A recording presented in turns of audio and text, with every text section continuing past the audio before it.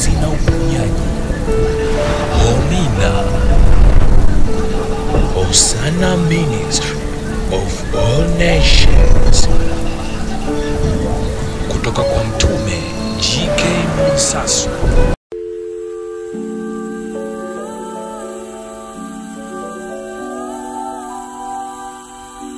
Sisahau, agano ni makubaliano. Labda niongee lugha rahisi. Anawabariki na kuwatajirisha wale ambao wamekubaliana nao. Nini mnakubaliana? Ndio uwe wakati uchukue. Akupe utajiri ufanyie nini? Akubariki, unataka kufanya nini? Taka kufanya nini? Taka kufanya nini? Kwa hiyo Mungu ana vigezo vya namna ya kukubariki. Mungu ana vigezo vya namna ya kukutajirisha. Kwa vigezo mojawapo ambavyo Mungu anavitazama ni kati ya wewe na yeye. Mmekubaliana mfanye nini? Kifanyike nini katikati yenu, ili hazina yake ya mbinguni aweze kuiachilia kwa ajili ya maisha yako. Mtu wa Mungu, Mungu amemtuma alikwambia ingia agano. Ingia agano. Anene si mie, ni yule Roho wa kweli wa Mungu aliyemfufua Kristo. Mimi ni mwanadamu. Akili yangu haina nafasi. Elimu yangu haina nafasi, wala pesa yangu haina nafasi, bali yule Roho wa kweli aliyemfufua Kristo, ambaye ni mwalimu na ni kiongozi wa kwetu kwenye Injili, ndiye anayejifunua kwa kanuni na huo utaratibu. Kwa nimesema agano la kutoa zaka. Nini maana ya agano la zaka? Agano la zaka ni agano la kutoa 10% ya mali zako kwa Mungu. Leo nataka tuongelee zaka na dhabihu, ambao ndani ndio fungu la 10.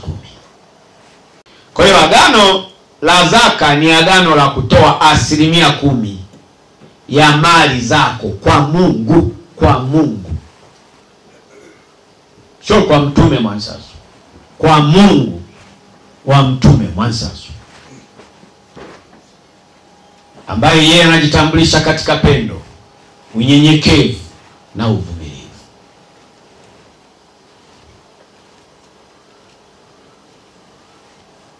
Agano la zaka ni agano la kutoa 10% ya mshahara wako.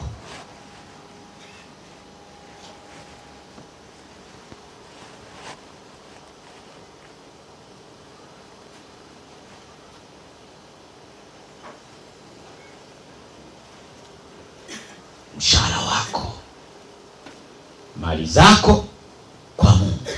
Mshahara wako kwa Mungu, au 10% ya faida ya biashara yako.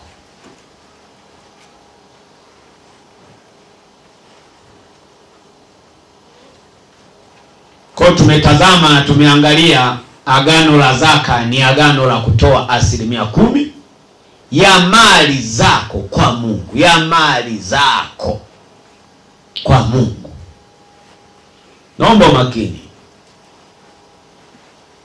Unaweza kukuta tutashindwa kubarikiwa, kutajirishwa kwa sababu ya ufahamu ni mdogo.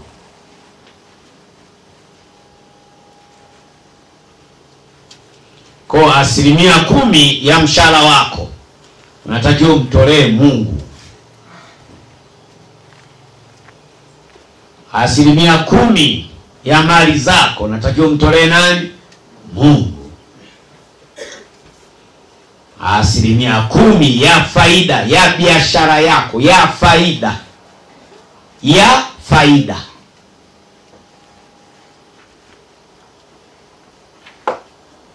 biashara yako, faida ile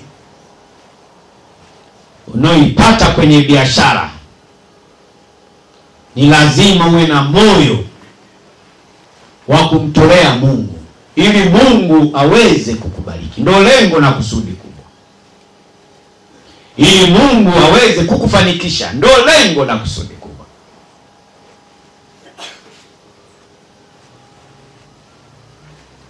Ndio maana huyu Mungu alisema anafanya kazi pamoja na wale wampendao. Kwa namna gani? Wale ambao amekaa nao, amejadili nao, amepanga nao kitu.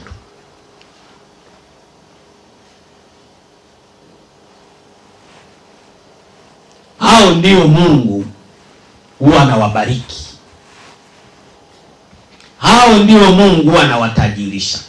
Kwa sababu kuna mazungumzo kati ya wewe na Mungu yamefanyika. Nini unataka kutajirisha? Lengo na kusudi lako ni nini? Unataka utajiri kwa Mungu, unataka ubarikiwe kwa Mungu. Lengo lako nini? Unataka kufanya nini?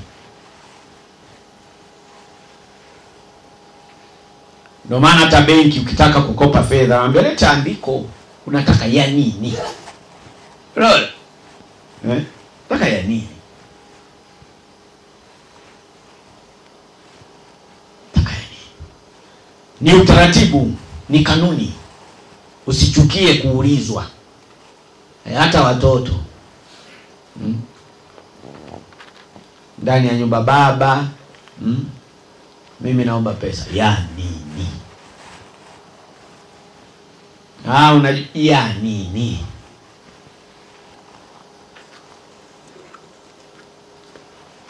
Hata mtu unamuuliza unataka ya nini? Si ndio tunavyoishi huku? Mungu ni zaidi ya sisi. Watu wanaulizana, unafikiri wanachukua tu wewe. Na kama si kinywa kilichotumika, kuna maandishi.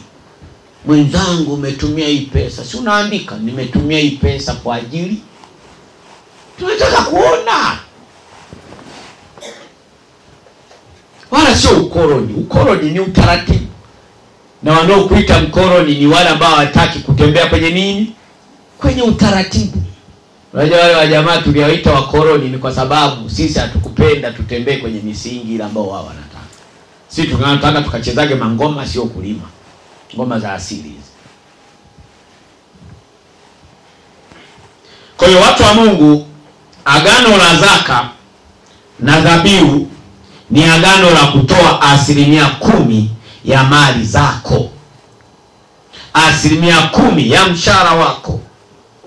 10% ya faida ya biashara yako.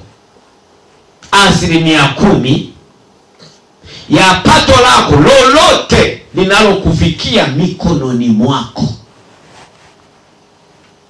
Leo nakuongezea kingine, unaweza kaa uvuke, kuna mahala unatereza. Pato.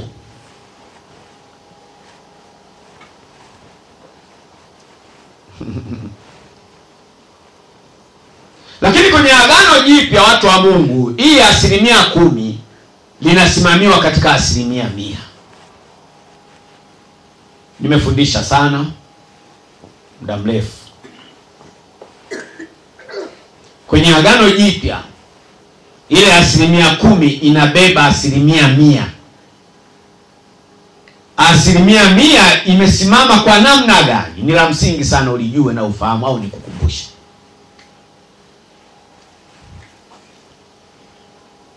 Fedha, dhahabu na mali vyote ni vya kwake Mungu unayemwabudu.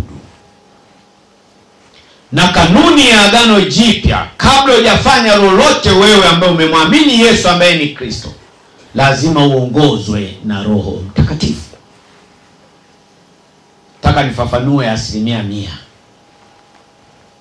Watu ukitoka kwenye 10% afu kamwambia 100% ya mshahara wako, 100% ya pato la biashara yako, 100% ya faida ya lolote unalolipata, watu tunasikia, huyu mtume vipi?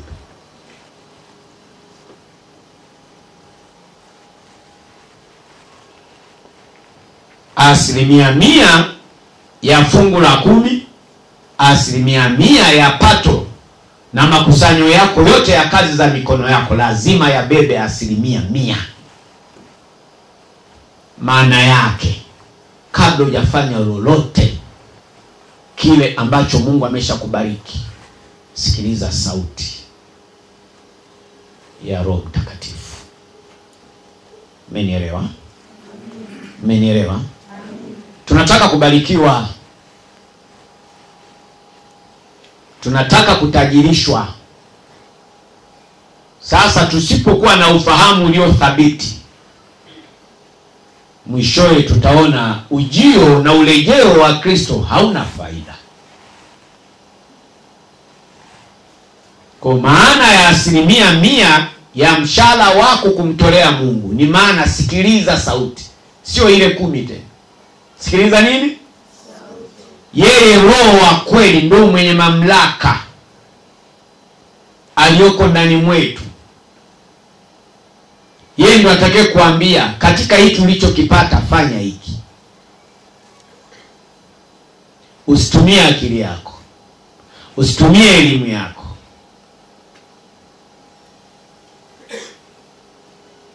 Mimi hayo ndio maisha wanayaishi. Natoa zaka, dhabihu na sadaka za kila aina kwa kusikia sauti. Jitahidi sana. Nje hapo tateseka sana. Na hii ndiyo roho pekee ambayo shetani amelikamatia kanisa. Watu hawajui kusikia sauti.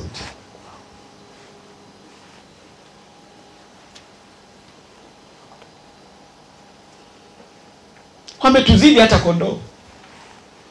Kondoo sauti ya mchungaji wao wanaijua, lakini sisi hatujui.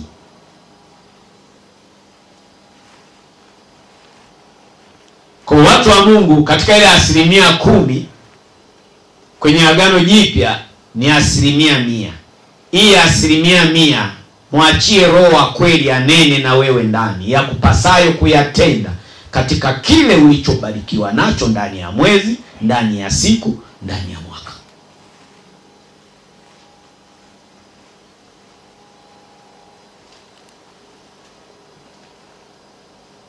Agano la zaka na dhabihu, agano la kutoa 10% ili lilitumika Agano la Kale, lakini Agano Jipya ni 100%. Sisemi uchukue mshahara wako wote mpelekee Mungu, hapa. Mungu ndo aliyefanikisha huo mshahara wako. Mungu ndiye aliyefanikisha hicho ulichokipata. Tulia. Ndio manake akupangie yeye ya kupasayo kufanyaje? Kuyatenda kuhusu hicho ambacho amekubariki nacho. Atakwambia chukua kafanye hiki, chukua kafanye hiki.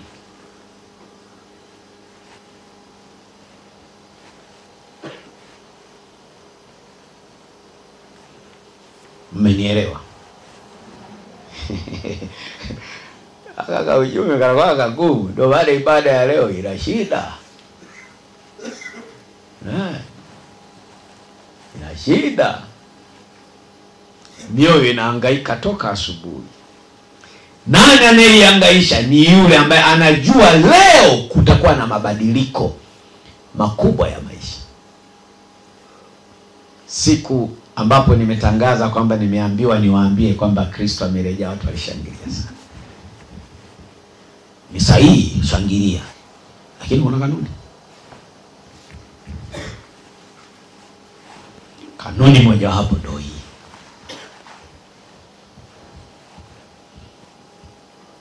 Agano. Usisahau nimekufundisha zaidi ya mwezi kwamba Mungu wangu mimi Mtume G.K. Mwansasu, Mungu wa Bwana wetu Yesu ambaye ni Kristo aliyerejea, tutakayetawala naye chini ya jua miaka 1000, tukitawala na kumiliki, ni wa kanuni, ni wa agano. Agano ni makubaliano. Manake kuanzia sasa chukua hatua ya kukubaliana naye. Sasa si amerejea? Si umeamini? Chukua hatua. Sio unataka kuwa tajiri? Sio unataka kubarikiwa? Si ndio maana uko hapa? Au mmekuja kutembea?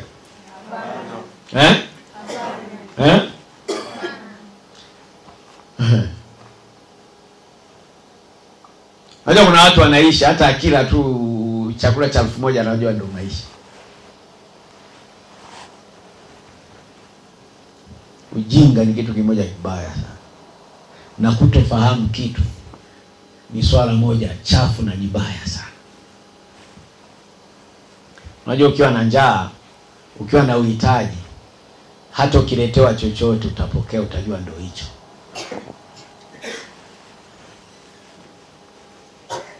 Naweza kukuta kuna mtu ametuma akuletee milioni,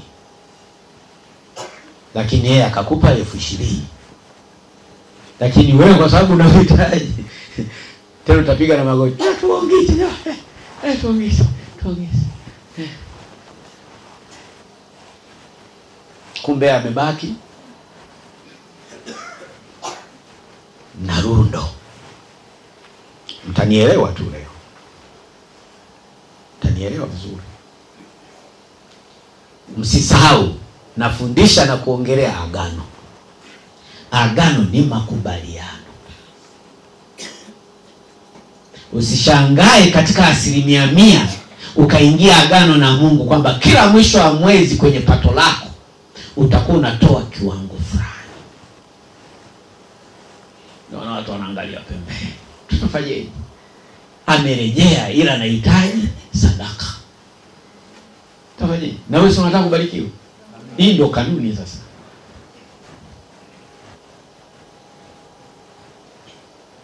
Hii ndio kanuni. 100% inasimama katika mwongozo wa Roho Mtakatifu, sio akili yako, sio elimu yako. Hapo naomba nielewe vizuri sana.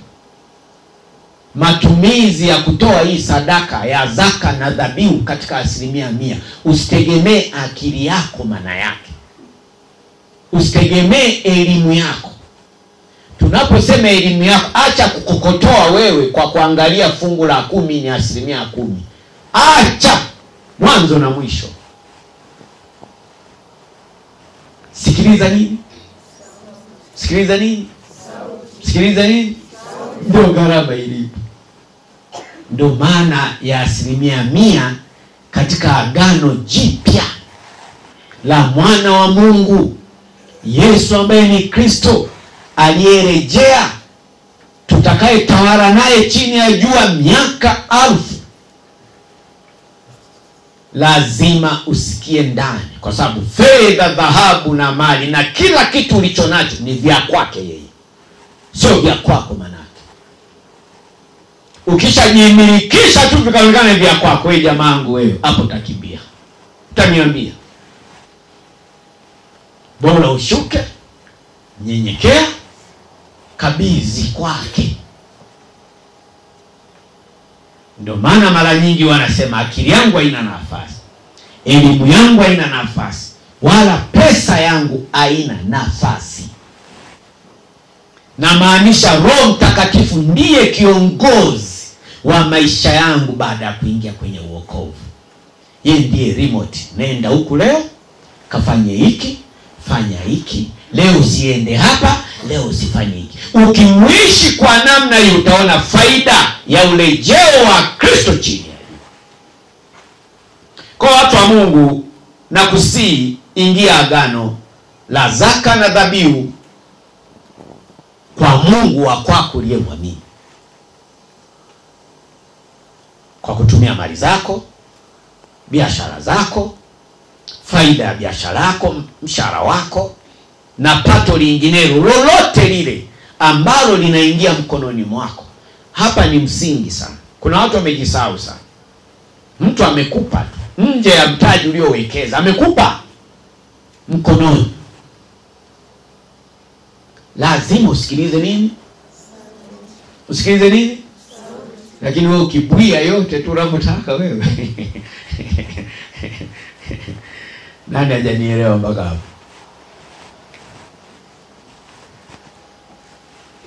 Hamwezi mkanielewa kwa sababu bibi zenu wamekaa kwenye mioyo. Kama kusameana hamwezi, mtanielewa haya.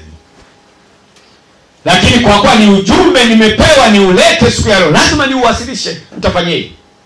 Hata kama ni sindano inauma, mtafanyaje? Waangaliaga pembeni tu wachome sindano. Utafanyaje? Utafanyaje?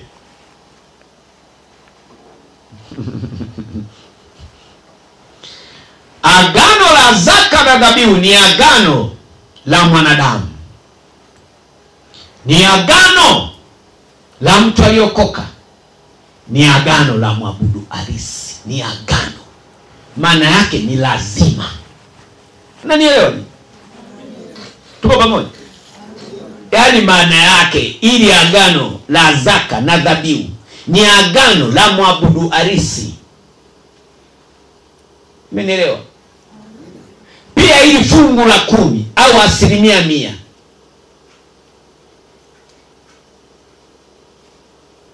ni kitu cha kitakatifu. Ni swala la kitakatifu katika imani ya Mungu wako unayemwamini.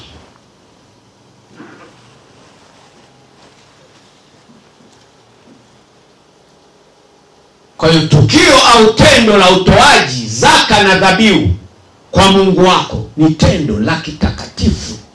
Heshimu. Nini?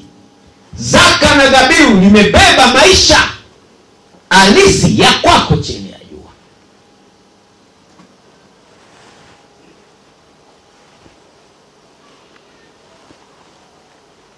Kwa nini hili tendo ni la kitakatifu na ni kwa nini nalisisitiza lazima ulifanye? Lengo na kusudi ili uweze kuona mbaraka wa Mungu. Kwa ukitaka Mungu akubariki ndani ya agano na makubaliano ya yeye na wewe, ni lazima ushiriki ibada ya namna hii kila mwezi na kila siku. Kila mwezi na kila siku na kila wakati lazima ushiriki. Kwa nini tunashiriki ibada ya namna hii? Tunahitaji kubarikiwa. Tunahitaji kutajirishwa. Watu wa Mungu, maana ya baraka ni kuongezeka. Manake kile ulichopata ukitaka kiongezeke, ni lazima utembee kwenye kanuni na msingi wa hii ibada. Ukitaka kibali kwenye ajira yako kiendelee kuwepo, shiriki ibada hii ipasavyo. Lakini usisahau ni ibada takatifu. Ni ibada takatifu. Ni ibada takatifu. Taji heshima kubwa sana. Inahitaji unyenyekevu mkubwa sana. Kwa hiyo uweze kuona baraka au baraka za huyu Mungu, ni lazima utoe zaka kamili kwenye nyumba ya Bwana Mungu wako, mahala pale ambapo umepaamini. Watu wa Mungu, miezi mingi ya nyuma tulifanya semina kubwa sana hapa. Nilifundisha sana hivi vitu sana. Tukiweza kutembea kwenye kanuni na misingi halisi ya huyu Mungu katika agano lake, hakika watu wa Mungu, urejeo wa Kristo miaka 1000 tutaona faida. Mimi ni mtume, nimetumwa. Naomba uniamini.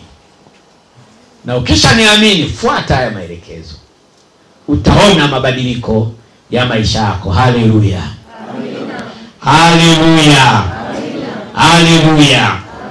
Kwa hiyo baraka za Mungu wako ni lazima utoe zaka kamili kwenye nyumba ya Bwana Mungu wako. Yaani madhabahu au madhabahuni kule ambako ndiko wewe umepaamini. Hatutoi barabarani zaka na dhabihu. Hatutoi ovyo. Ndio maana Mungu ana uwezo wa kukupa maelekezo ni wapi upeleke. Manake kuna mahala patakatifu. Kwa sababu ni tendo takatifu, kuna mahala, sio popote unatoa.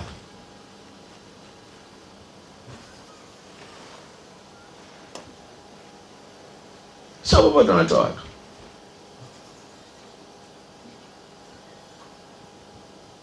Sio popote unatoa. Kwa watu wa Mungu, maagano ni muhimu sana na Mungu wako uliyemwamini. Mimi nilishaingia naye agano la kwanza, ni lile la kutembea kwenye upendo, unyenyekevu na uvumilivu. Hilo agano linathibitisha madhabahu kushuka kwake. Anachunguza moyo wangu. Ndio agano.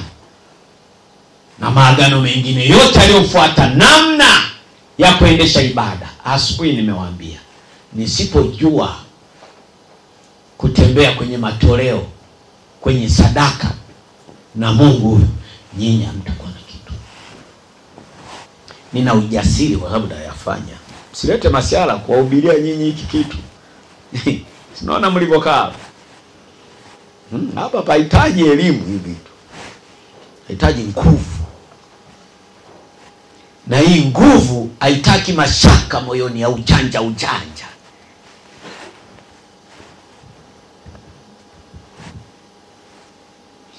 Mimi jasiri hapa na ubiri na yafanya. Kwa sababu ni ibada takatifu. Na ndio maana shetani amelishika kanisa. Anajua chanzo cha kubarikiwa, chanzo cha kutajirishwa ni kwenye sadaka.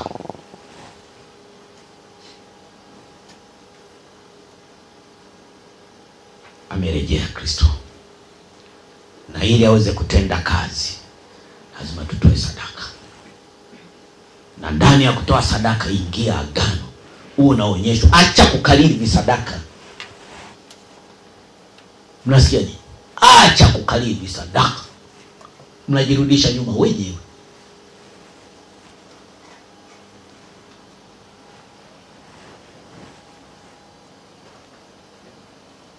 Tunaanza mwezi wa 3, niliwadokeza hapa kwamba mimi Mungu nilisikia sauti ananiambia ataki sadaka ambayo nilikuwa naitoa. Natakiwa kuongeza nini? Sadaka. Si niliwaambia? Au mlijua mimi napamba madhabahu?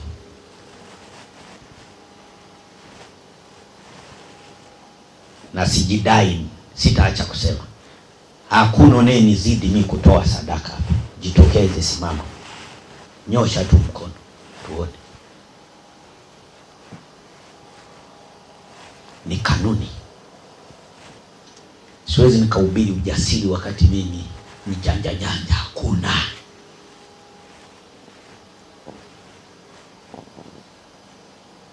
Naongoza kutoa sadaka ili wewe utoe nini? Sio kuongoza kuja kwenye kikapu, kiwango. Amaga sio kaja anasema ya anaongoza kuja kwenye kikapu. Kiwango. Kwa mimi ningekuwa sifanyi hayo, nisingekuwa na ujasiri wa kulihubiri ili tendo takatifu la madhabahu ya Mungu. Kwa Kristo amerejea watu wa Mungu. Tutatawala miaka 1000 na shetani amefungwa miaka 1000. Lazima tugaramie sadaka. Huu ni ufalme, lazima ujengwe chini ya jua. Kwa hiyo Mungu atakubariki. Mungu ataachilia utajiri, lengo na kusudi. Anataka ujenge ufalme wa kwake. Mungu anafanya kazi pamoja na wale wampendao. Ukimpenda utakuwa mtii, utasikia sauti yake. Acha kukalili misadaka. Mimi nishakuonyesha njia. Mimi nishakutangazia ili Mungu akubariki, nenda na viwango hivi. Mimi nishakuonyesha nini? Anza kusikia sauti. Msikae kama maji kwenye chupa. Tunateseka kila siku, amani hatuna. Leo tunayo, kesho hatuna. Ni kwa sababu hatujawekeza kumpa 100% Roho wa kweli wa Mungu aongoze maisha yetu. Watu wa Mungu, tuna ibada Alhamisi na Jumapili. Na siku zote madhabahu ipo. Maana yake wewe maisha yako wapi? Kwa Mungu. Kwa nini usikii sauti ya Mungu?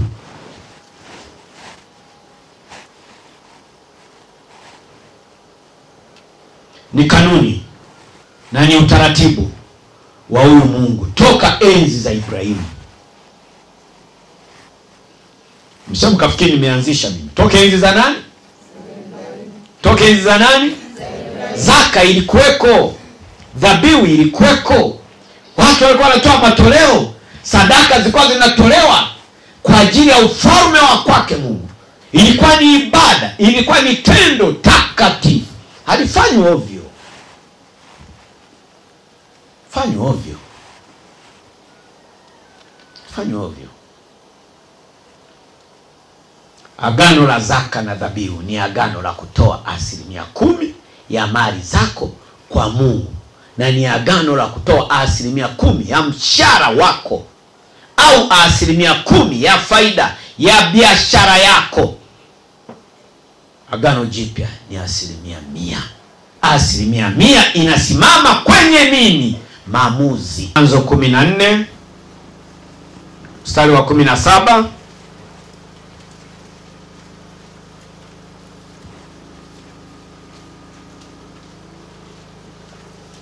Neno la Mungu linasema Abraham aliporudi kutoka kumpiga Kedorlaoma na wale wafalme waliokuwa pamoja naye, mfalme wa Sodoma, akatoka akamlaki katika bonde la Shawe.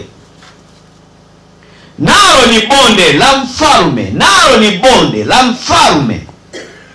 Kumbukeni, mara nyingi nimewafundisha kwamba hakuna mfalme maskini.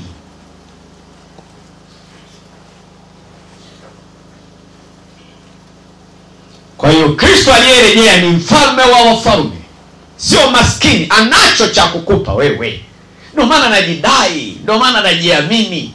Usilete basiara kuhubiri wewe sadaka.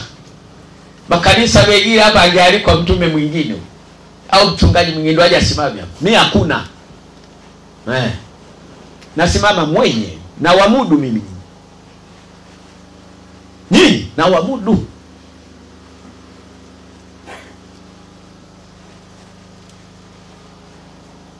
Na wamudu. Na wamudu. Na wamudu. Na Melkizedeki mfalme wa Salemu akaleta mkate na divai, naye alikuwa kuhani wa Mungu aliye juu sana. Alikuwa kuhani, huyu mfalme alikuwa ni kuhani wa Mungu. Kwa ukiona wewe umeokoka afu unalia una maskini, pana shida kidogo. Ni mtumishi unalia na umaskini, pana shida. Mbona mnaangalizia chini? Hata ukiniangalia mimi sio maskini bwana. Ila fikra zako tu ndio unaniona mimi maskini. Mimi sio maskini. Unasikia? Hiyo hapo. Mimi sio maskini. Ndio maana ni jasiri na kuhubiria wewe. Nina uhakika haya ukiyapokea ukayatendea kazi utaona mabadiliko ya maisha. Ndio maana yake ninacho cha kutoa.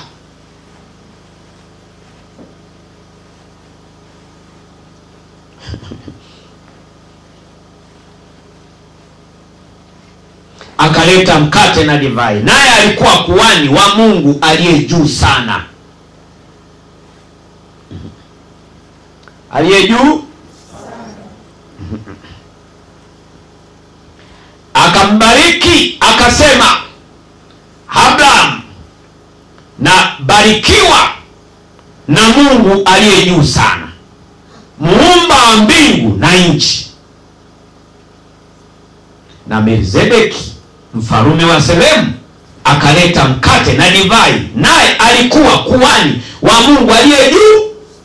Aliye juu alikuwa nacho cha kutoa.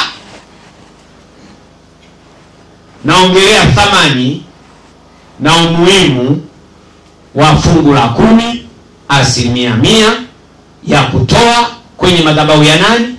Ya Mungu. Lakini ni mahala gani unapoenda kupeleka?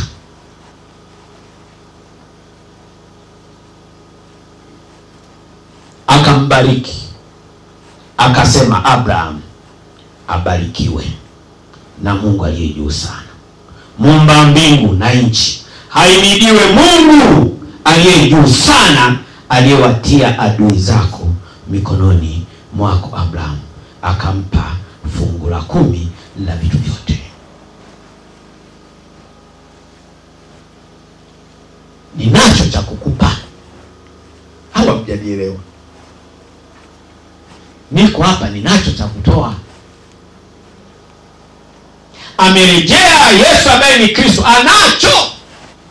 Ndio maana nakufundisha leo kanuni na misingi ya ili agano, ili uweze kubarikiwa, ili uweze kutajirishwa. Angekuwa ana wala singeleta huu ujumbe, asingekupa haya maarifa. Wewe cha msingi ni moyo wako, tuchukua hatua kufanya. Tumeona Abraham alivyokuwa mshindi wa vita, akakutana na huyo mfalme. Ushindi wa Abraham ni wewe kufanikiwa kwako kibiashara, kwenye kazi za mikono yako. Mwezi mzima umeendesha boda, umekusanya, ni ushindi wako. Wenzio hawakuwa saluni, ulikuwa na wateja, ni ushindi, ni vita hiyo. Huu ni mfano. Umepokea mshahara mwisho wa mwezi. Asili ya waajiri watu wa Mungu hawatoaji mishahara, na kama anakupa mshahara kuna vita. Kwa wewe ambaye mwisho wa mwezi mwajiri wako hana kinyongo, ametoa mshahara kwa tarehe husika, amekujali, wewe ni mshindi. Na unaweza kukuta hapo hapo wewe tu ndio umepewa, wenzio wamesema bado hazijatoka. Kuna siku mtanielewa. Aliye nacho cha kutoa ni jasiri, kwa sababu akiombwa atatoa.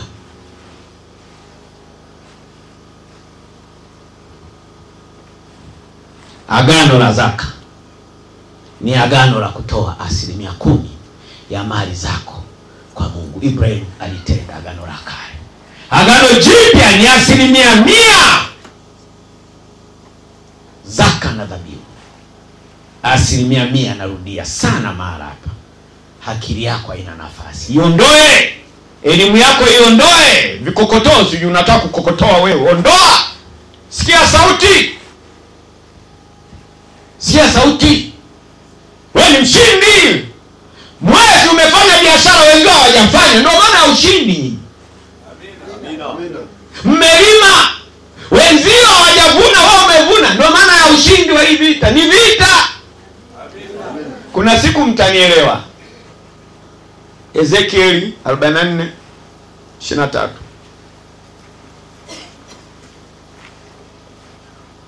Kuna siku mtanielewa. Na usiponielewa utachelewa kubarikiwa. Utachelewa kubarikiwa. 44, Ezekiel 44:23. Nimekaa muda mrefu sana hapa, nimefundisha.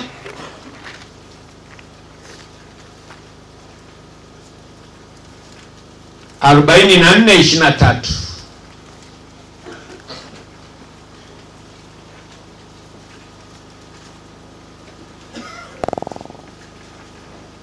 Neno la Mungu linasema, nao watawafundisha watu wangu tofauti iliyoko kati ya vitu vitakatifu na vitu vya kawaida.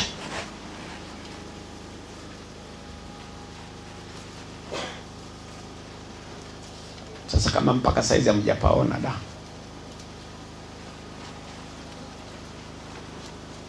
Ezekiel, yani kutoka kwenye Yeremia,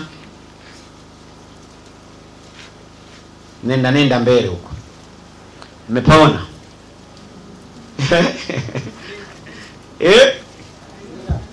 Mmepaona? 23, Ezekiel 44:23. Neno la Mungu linasema, nao watawafundisha watu wangu tofauti iliyoko kati ya vitu vitakatifu na vitu vya kawaida.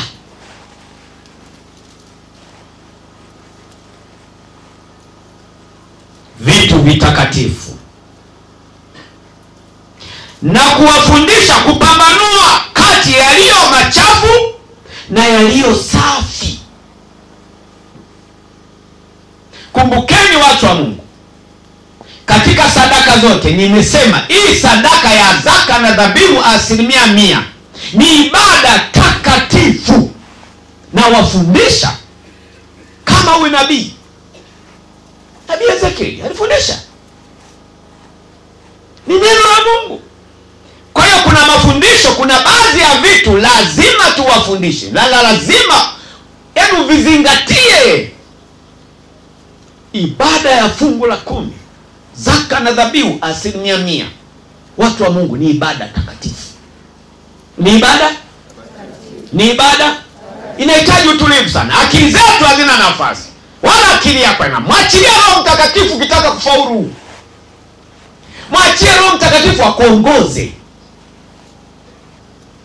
Mwachie Roho Mtakatifu. Mwachie Roho Mtakatifu. Mwachie Roho Mtakatifu. Nao watawafundisha watu wangu tofauti iliyoko kati ya vitu vitakatifu na vitu vya kawaida, na kuwafundisha kupambanua kati ya yaliyo machafu na yaliyo safi.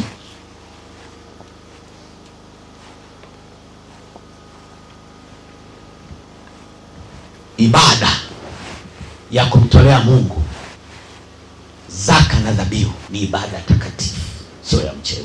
Kwa nini ni ibada takatifu? Ndipo yalipo maisha, ndipo ulipo uhai, ndipo ilipo uhai wa kazi ya Mungu. Ndio maana Mungu alisema anafanya kazi pamoja na wale wampendao ili aweze kuwabariki. Lakini kanisa la leo wanamtegemea Mungu. Malango ameyafungua Mungu. Wiki umefanya biashara, mwezi umefanya biashara, hutaki kutoa zaka. Kuna watu hapa mimi nashangaa sana. Hivi unapotoa sadaka fungu la 10 au zaka na dhabihu 1000, yani maana yake ulifanyaje biashara? Unajua mimi wanachekaga sana. Vitu vingine basi wanakaa. Eti. Yani maana yake ulifanyaje biashara? Ndio alikuwa mshindi hivyo, eti. Ya wewe wewe sasa ndio zaka na dhabihu.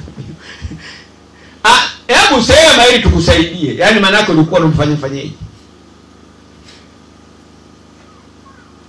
Ulisikia sauti? Hongera. Hongera. Kumbukumbu la Torati 12. Cheza na vitu vingine. Ni ibada takatifu, zaka na dhabihu. Ni ibada takatifu. Na hii ibada lazima uende mahala penye madhabahu ambayo ni kweli imeandaliwa na Mungu, mahala patakatifu, ili uweze kubarikiwa, ili uweze kutajirishwa, ili uweze kufunguliwa kazi za mikono yako. Cheza na vitu vingine, cheza na sadaka nyingine, lakini sio hii sadaka. Ndio maana yake Abraham baada ya kutoka akiwa mshindi alikutana na kuhani mkuu, mfalme wa falme Melkizedeki. Ana kitu, kamtamkia baraka.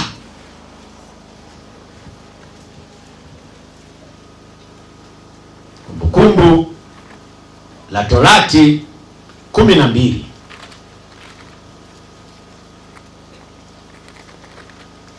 Mstari wa 5.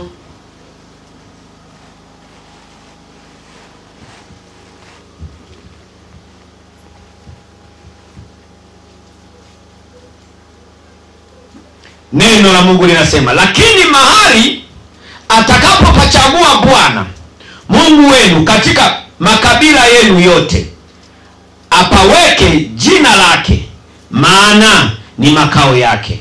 Elekezeni nyuso zenu hapo, nawe uende uko upeleke sadaka ya kuinuliwa ya mikono yenu.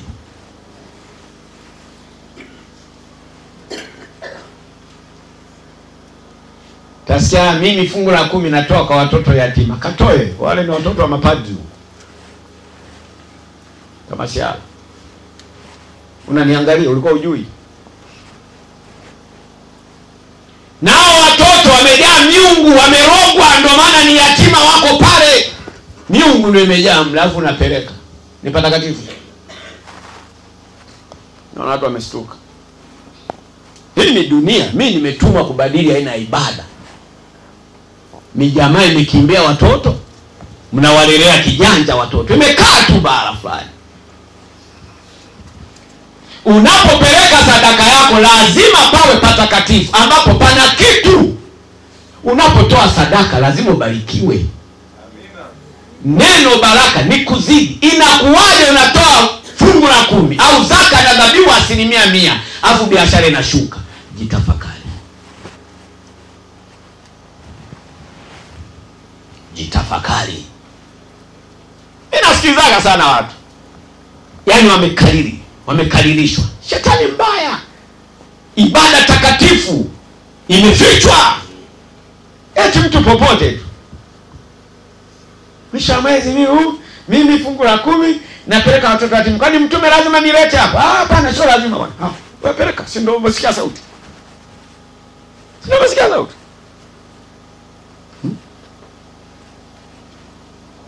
Na kanisa wengi sana waerevu sana. Wanifanya wajuaji sana. Kasikia hamna, tukusanye vitu, ngoja kuna watoto yatima wako sehemu fulani. Si uliishi hicho kituo wewe huko hapo ndio umeponea. Si ungeponea hapo na hizo sadaka huko hapo. Wewe ulikuwa na chocha kwako wenyewe waliokuletea wewe. Wewe huko nyuma. Si umekulia kwenye hicho kituo. Mbona mnashangaa? Na huyo mama yuko, si alizalia watoto kawacha hapo. Mmemzaa, mbona mnashangaa wewe?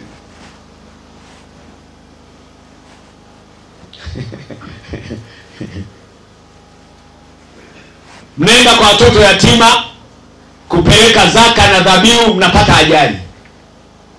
Hiyo ibada gani? Ibada gani nyinyi watu wa dunia nyinyi?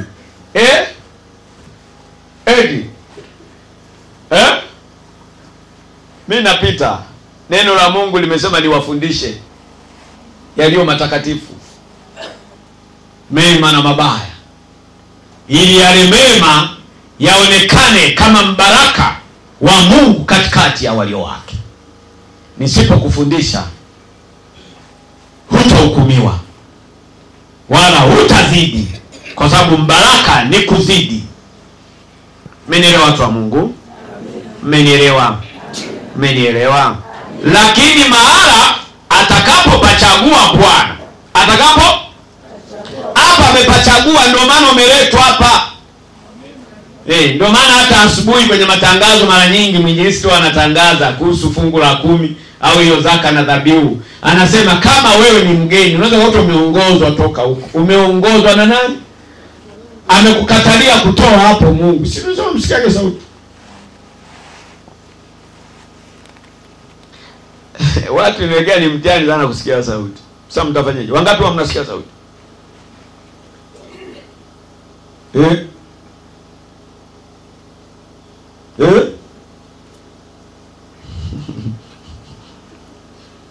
Tasikia sauti ya bibi yako. Wewe ndio wasikia. Wewe ndio wasikia.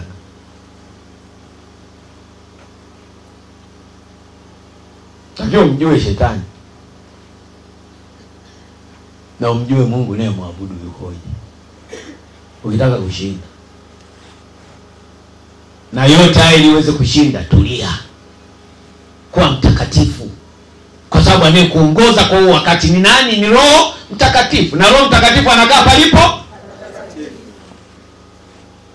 Kwa kuna mahala maalum palipo patakatifu ambapo Mungu naye muabudu amekuandalia, ndipo ukafanya hiyo ibada iliyo takatifu, ili kazi za mikono yako uweze kubarikiwa. Baraka watu wa Mungu ni kuongezeka. Baraka ni kuongezeka. Pelekeni uko sadaka zenu za kuteketezwa na dhabihu zenu na zaka zenu na sadaka ya kuinuliwa ya mikono yenu na nadhiri zenu na sadaka zenu za hiari na wazaliwa wa kwanza wa makundi yenu ya ng'ombe na ya kondoo. 7. Na huko mtakula mbele ya Bwana Mungu wenu, nanyi furahini katika yote mtakayoyatia mikononi yenu, nanyi na wa nyumbani mwenu aliyokubarikia Bwana Mungu wako. Ni kanuni. Nimejaribu vitu vya mikononi mwako. Kinachofika wapi? Mikononi mwako. Mali zako, mshahara wako na kila kitu. Agano la zaka ni agano la kutoa 10% ya mali zako kwa Mungu wako unayemwamini.